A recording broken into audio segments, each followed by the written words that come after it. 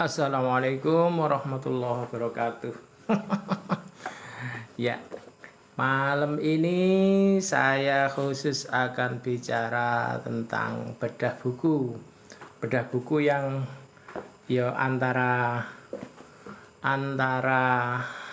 serem dan antara bias, sehingga memang ini adalah jawaban dari bias-bias yang selama ini beredar.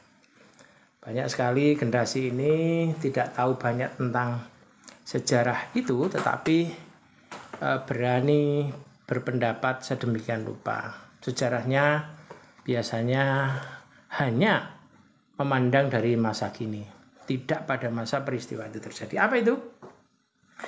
Kali ini saya akan bahas buku tentang benturan NU dan PKI. Benturan NU dan PKI ini memang sensitif ya bicara ini, karena memang bicara bukan hanya tentang dinamika politik, tapi juga terjadi benturan-benturan berdarah yang menyangkut nyawa banyak orang. Buku ini ditulis oleh H. Abdul Mun'im DZ. Buku ini ditulis oleh Abdul Mun'im DZ. Kemudian ada Muqaddimah atau iftitahnya Ki Haji Sahal Mahfud, dan ikhtitam penutupnya oleh Dr. Haji As'ad Ali Said. Kita paham Dr. Haji As'ad Ali Said adalah salah satu ketua PBNU yang sekaligus juga wakil ketua BIN. Itu. Jadi ini penting, kenapa? Karena banyak sekali yang tidak paham tentang PKI, tentang kasus peristiwa-peristiwa G30 SPKI dan yang sejenis dengan itu. Ini ada buku ini tidak tanggung-tanggung. Dewan penelitinya itu penanggung jawabnya Dr. Haji As'ad Ali Said. Kemudian pengarahnya Kiai Haji Khalid Mawardi dan Baidawi Adnan. Ini orang-orang PBNU semua. Konsultannya Hermawan Sulistyo. Nah, Hermawan Sulistyo ini adalah salah satu peneliti BRIN yang saat itu namanya LIPI ya.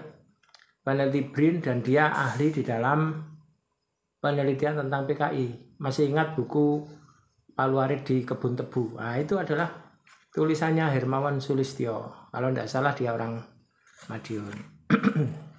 Nah, ini penulisnya Abdul Mun'im, peneliti utama Agus Sunyoto dan Al Sastro. Dua-duanya adalah orang PBNU juga. Asisten peneliti Khairul Anam almarhum ini ya, Sanmiti Husna Endang marhumah.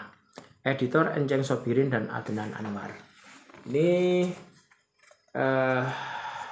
saya sedikit akan membedah tentang buku ini, di mana buku ini tidak hanya bicara tentang benturan, bagaimana masa grassroots PKI dan grassroots NU itu sampai sabung nyawa, benturan politiknya di atas. Ini juga berbentur demikian rupa, terutama di tingkat pusat, termasuk di parlemen. Nanti terjadi sedemikian rupa. Nah, buku ini terdiri dari latar belakang masalah, urgensi, dan tujuan penulisan buku. Tentu saja penulisan buku urgensinya adalah memberikan pencerahan, mengingat buku ini merupakan buku pegangan yang bersifat panduan bagi warga NU, terutama kalangan mudanya, untuk memahami kebijakan dan strategi politik NU, terutama dalam menghadapi PKI saat peristiwa. Ingat, saat peristiwa G30 SPKI. Ini saat G30 SPKI, bahwa ada benturan antara NU dan PKI itu jelas sekali. Nah, ini yang kedua adalah pokok-pokok tuduhan. Dramatisasi jumlah korban. Memang selama ini beredar banyak sekali seolah-olah korban yang dibunuh oleh militer, dan terutama pada saat benturan-benturan itu sampai jutaan sedemikian rupa, sampai sejuta-juta. Istilahnya Joshua, sejuta-juta. Nah, ini apakah sedemikian rupa banyak? itu ternyata menurut penelitian ini terjadi dramatisasi jumlah korban. Tidak sebanyak itu, tidak sampai berapa juta, berapa juta itu enggak. Tapi bahwa benturan betul-betul terjadi. Kemudian di dalam sejarah-sejarah hari ini atau narasi-narasi sejarah hari ini seolah-olah korbannya itu hanya PKI. Padahal korbannya dari NU juga banyak. Korbannya dari NU juga banyak. Apalagi kalau diruntut tahun 248, 26, 48, 60 dan 65. Itu banyak sekali korban-korban dari kalangan NU.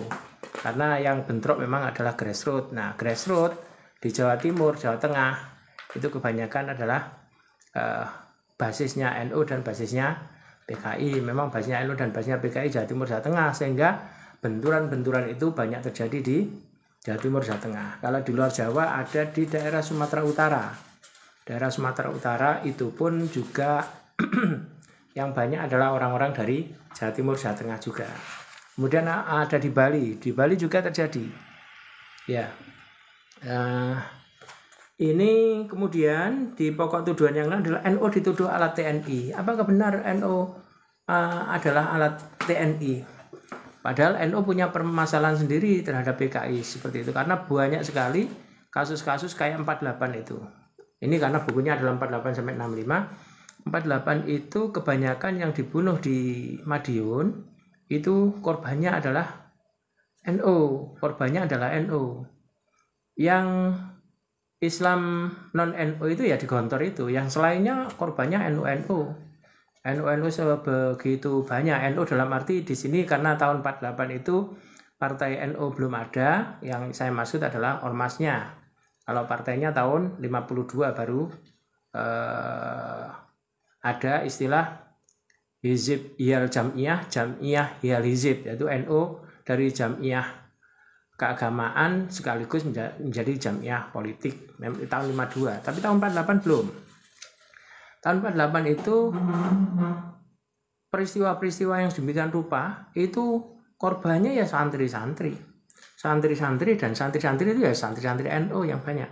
Santri-santri NU dan tokoh-tokoh politik pun tokoh-tokoh yang disinyalir berafiliasi ke NU yang menjadi sasarannya. Iya. Jadi itu.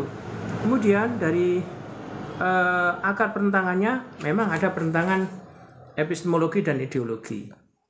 Jelas-jelas ideologinya berbeda saat itu. Karena apa? Karena saat itu memang ada benturan ideologi. Ya, benturan ideologi bisa kolaborasi tapi juga bisa berbentur. Yaitu Islamisme, nasionalisme, dan komunisme. Kalau nasionalisme masih bisa berhubungan dengan komunisme. Nasionalisme bisa berhubungan dengan Islam. Islam berhubungan dengan nasionalisme bisa. Tapi ketika Islam berhubungan dengan komunisme, itu yang tidak bisa.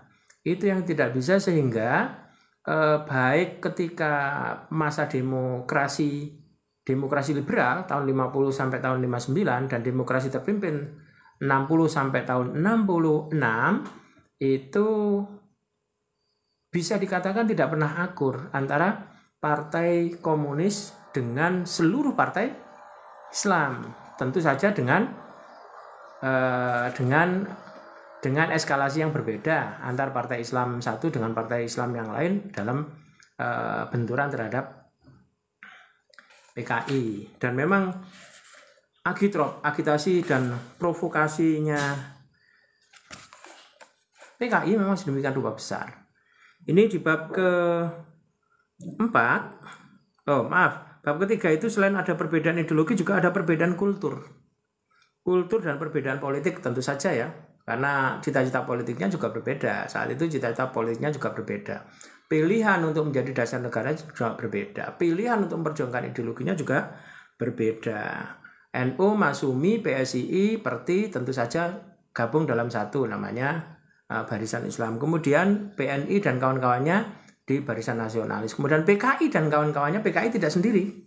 PKI dan kawan-kawannya itu dalam blok komunis. Itu terjadi benturan-benturan. Kalau yang PKI karena dia sampai ke grassroots, tentu saja benturannya juga sampai ke grassroots. Nah, grassroots di kalangan Islam yang paling banyak adalah NU. Dan ini wis politiknya berbeda, kulturnya berbeda. Kultur apa yang berbeda? Kultur NU adalah kultur santri.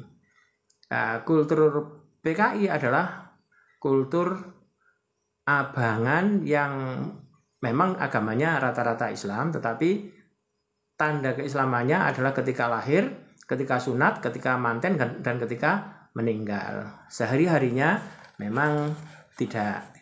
Nah, di situ itu ada kultur-kultur yang berbeda. Kulturnya kalau kita hidup pada saat tahun 70-an itu masih terasa bagaimana kehidupan bekas-bekas daerah abangan PKI, bahkan dengan abangan PNU pun antara NU dengan yang begitu berbeda betul. Berbeda dalam arti wis koyo antara air di daun talas itu sulit sekali. Wong saya dulu ketika pindah dari MI ke SD saja disebut pindah dari sekolah santri ke sekolah merah. Nah, seperti itu ada. Walaupun saya juga tidak akan lepas dari kesantrian saya, dalam arti santri menurut istilahnya Clifford Geertz. Masih ingat, santri itu ada dua peristilahan. Yang pertama adalah mereka yang para pelajar yang sedang menuntut ilmu di sebuah pesantren dan ikut kiai. Yang istilah yang lain yang lebih generik adalah semua orang Islam, semua Muslim yang menjalankan kehidupan Islam sehari-hari. Itu namanya santri. Nah, santri dalam hal ini adalah yang generik itu. Nah, pada bab keempat, pembantaian para kiai di Madiun. Ini asal-usul pemberontakan, ya memang ada cita-cita politik di mana akan didirikan negara komunis Soviet yang di Madiun itu sebagai cikal bakal. Kemudian Kiai NU dan pemerintah menjadi korban otomatis.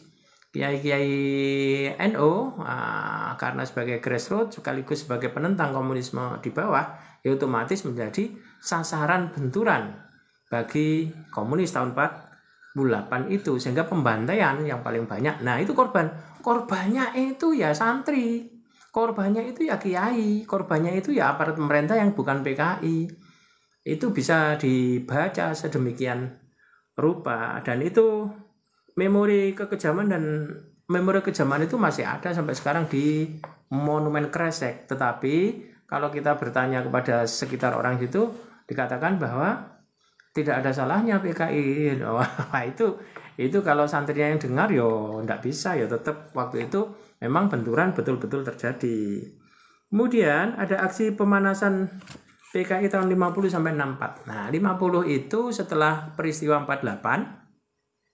Setelah peristiwa 48 di mana Muso Alimin Darsono itu sudah dianggap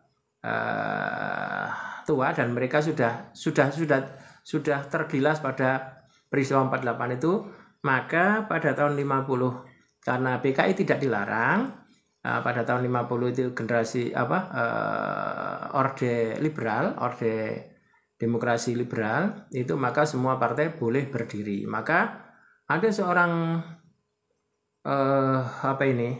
komunis muda yang sangat menonjol, yaitu DN Aidit yang berasal dari Bangka itu. Nah, DN Aidit itu mengkoordinir, mengorganisir dan mengkader kembali kader-kader komunis atau mereka yang sebelumnya sudah menjadi komunis dan mereka yang masih laten atau potensi menjadi komunis digarap sedemikian rupa. Hanya tahun 50 mulai berkembang, dan ternyata pada pemilu 55 itu menjadi pemenang keempat. Yang pertama PNI, yang kedua Masumi. Kita bicara suara ya, kalau bicara parlemen nanti beda. PNI, Masumi, kemudian NU dan PKI.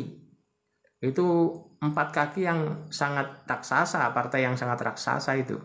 Nah, kalau di parlemennya Masumi, PNI, NU dan PKI. Ya kita bayangkan 16% suara PKI.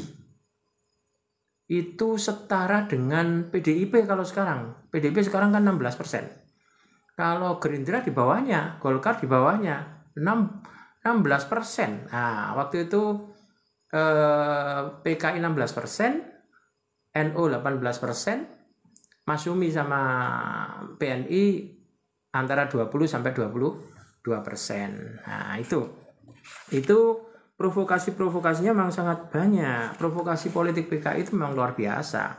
Kita bicara saat itu, kalau sekarang ya jelas enggak. Kemudian ada penghinaan pada agama, jelas sekali. Lodruk, tonel, drama itu betul-betul memang disetting dalam rangka untuk menjadikan agama sebagai olok-olok, tokoh-tokoh agama sebagai orang yang diolok-olok. Nah, itu kemudian ditambah dengan, masih ingat provokasinya salah satunya adalah matinya Gusti Allah atau rabinya malaikat, semacam itu kalau kita mendengar dari yang menjalani pengalaman itu luar biasa. Kemudian penghinaan kepada agama, kemudian penyerobotan tanah, land reform, biasanya land reform.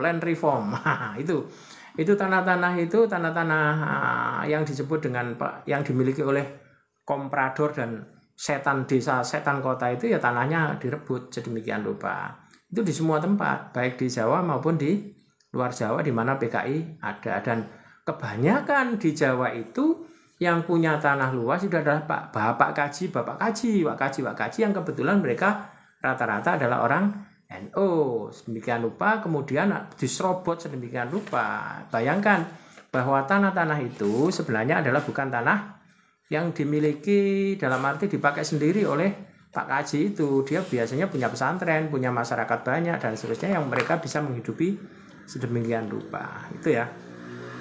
Nah, kemudian di Bali pun terjadi, Sumatera Utara juga terjadi. Kemudian yang paling puncaknya adalah meletusnya G30 SPKI. Tetapi ingat, provokasi itu terjadi terus-menerus dengan melakukan pendekatan kepada pemerintah. Sehingga pada tahun 60 dengan Kepres nomor 100 tahun 1960 itu Masyumi dibubarkan.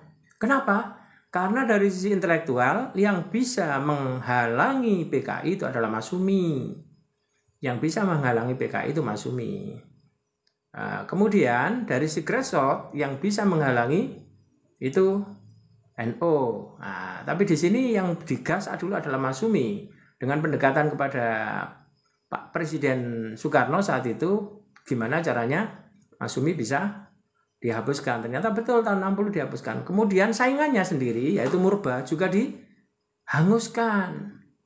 Bukan hanya Murba, PSI. Ya, PSI partainya bapaknya Prabowo itu juga dihanguskan. Dihanguskan oleh Presiden atas desakan PKI. Maka pada saat itu 3 partai besar, 3 partai utama yang berperan dalam urusan kenegaraan adalah PNI, NU, PKI. Nah, itulah terjadi benturan-benturan sedemikian rupa. Maka kemudian ada banyak di sini meletusnya G30, langkah NU menghadapi G30S itu ada di sini. Respon NU Jawa Timur, respon NU Bali, respon NU Sumut, serangan balik PKI, NU sebagai kekuatan utama, mengeringkan padang rumput. Kemudian rekonsiliasi sosial yang alami, rekonsiliasi politik, memahami wacana permintaan maaf Gus Dur, sikap NU terhadap propaganda PKI dewasa ini. Nah, ada ya, kita langsung menuju ke itu ya, karena generasi-generasi muda Islam, wabil khusus generasi NU di belakang ini kan banyak yang tidak percaya atau meragukan bahwa PKI benar-benar melakukan kejahatan politik seperti itu. Sementara generasi-generasi yang mengalami itu termasuk Cak Anam, Pak As'ad, dan kiai-kiai yang kebanyakan memang sekarang sudah meninggal. Pak Ud itu kalau menceritakan bagaimana Ansor melawan PKI luar biasa. Kebetulan saya 18 tahun ngajar di Tebuireng, dan dari 18 tahun itu mulai 1998 sampai Pak Ud kabundut, saya ada di Tebuireng dan sering mendengarkan tentang bagaimana perjuangan Pak Ud dalam melawan PKI diantaranya. Nah, ini Yang bagus adalah sikap NU terhadap propaganda PKI dewasa ini ada catatan bagus di dalam buku ini, yaitu mengingat sedemikian luasnya kesalahpahaman dalam menghadapi sejarah benturan antara NU dan PKI dan elemen masyarakat lainnya, maka NU menyatakan pendirinya dengan tegas bahwa jangan melakukan snapshot. Snapshot itu koyok memilih halaman terus di screenshot. Nah, itu snapshot itu melihat satu peristiwa tapi tidak ditata sedemikian rupa, sehingga ketika misalnya ada puzzle, itu hanya satu cuilan puzzle itu yang dibahas, padahal puzzle itu terdiri dari banyak dan itu harus ditata sedemikian rupa. Maka di sini jangan melakukan snapshot dalam menulis sejarah. Benturan PKI tidak bisa dilihat hanya tahun 65, apalagi hanya dipotret bulan September dan Oktober ketika PKI dipukul hancur. Nah, ini seolah-olah PKI hanya sebagai korban, padahal itu peristiwa panjang. Kemudian jangan bersifat anakronis, yaitu melihat peristiwa masa lalu dengan cara pandang dan sikap hari ini. Maka adililah, nek dari Muhammad Nasir, adililah sesuai dengan zamannya. Nah, artinya bahwa kalau peristiwanya peristiwa perang, ya memang yang kita memandangnya dengan suasana perang. Kalau suasana hari ini kita pakai untuk memandang suasana perang, ya tentu tidak adil. Sama dengan kalau hari ini kita melihat bagaimana peristiwa-peristiwa tahun gak enak, ya nggak cocok, karena tidak sesuai dengan makan, tidak sesuai dengan zaman, tidak sesuai dengan tempat kita, dan tidak sesuai dengan kekinian kita. Masa misalnya di Jawa kemudian memandang kebudayaan lain dengan cara pandang Jawa, itu anakronis, tidak pas. Kemudian jangan mendramatisir jumlah korban. Ya, jumlah korban itu tidak sebanyak yang disampaikan dalam propaganda, terutama propaganda PKI sendiri dan propaganda Barat. Kemudian menyesali munculnya suasana yang mencekam. Ya memang bahwa sejarah tentang pembantaian itu harus kita sesali, karena kita sudah punya pelajaran tentang ini sejarah kelam ini, maka jangan sampai terulang sedemikian rupa dan melanjutkan rekonsiliasi, melanjutkan ketidakharmonisan, melanjutkan rekonsiliasi, perukunan kembali antar unsur bangsa, di mana sekarang ya siapapun yang bisa memberikan sumbangsi kepada negara tidak perlu dihalangi. Yang penting tetap dalam naungan Pancasila dan Undang-Undang Dasar 45. Tidak usah diode-ode. Kemudian mewaspadai provokasi baru. Itu hati-hati sekali teman-teman, bahwa hal seperti itu bisa terjadi kesalahpahaman kita karena kita tidak suka membaca buku maupun tidak suka membaca kisah-kisah yang disampaikan oleh mbah-mbah kita, kemudian kita bandingkan dengan versi-versi yang lain, sehingga kita bisa melakukan adil di sana. Kita bisa adil ketika kita membaca suasana itu dalam kondisi yang saat itu, sekaligus kita juga memperluas wawasan kita, pengetahuan kita tentang peristiwa-peristiwa yang ada. Nah, sehingga kita tidak mudah sekali provokasi bahwa waktu itu begini, waktu itu begitu. Sudah kita pelajari, dan yang perlu kita ambil hikmahnya adalah bahwa kita harus mengambil pelajaran dari apa yang sudah terjadi, yaitu sebuah politik berdarah-darah yang tidak perlu. Artinya revolusi tidak perlu memakan anak bangsa. Sebagaimana hari ini reformasi juga tidak perlu memakan anak bangsa. Reformasi itu adalah dalam rangka untuk memperbaiki kehidupan berbangsa dan memakmurkan kehidupan anak bangsa. Nah, sehingga tidak layak misalnya ternyata bahwa reformasi itu justru terkonstruksi banyak sekali memakan anak-anak bangsa. Anak bangsa menjadi miskin, anak bangsa menjadi banyak bohongnya, anak bangsa menjadi banyak tawurannya. Itu tidak pas. Karena reformasi sebenarnya adalah membentuk kembali dalam sebuah tatanan yang lebih baik. Ya, begitu ya. Saya rasa itu Assalamualaikum warahmatullahi wabarakatuh.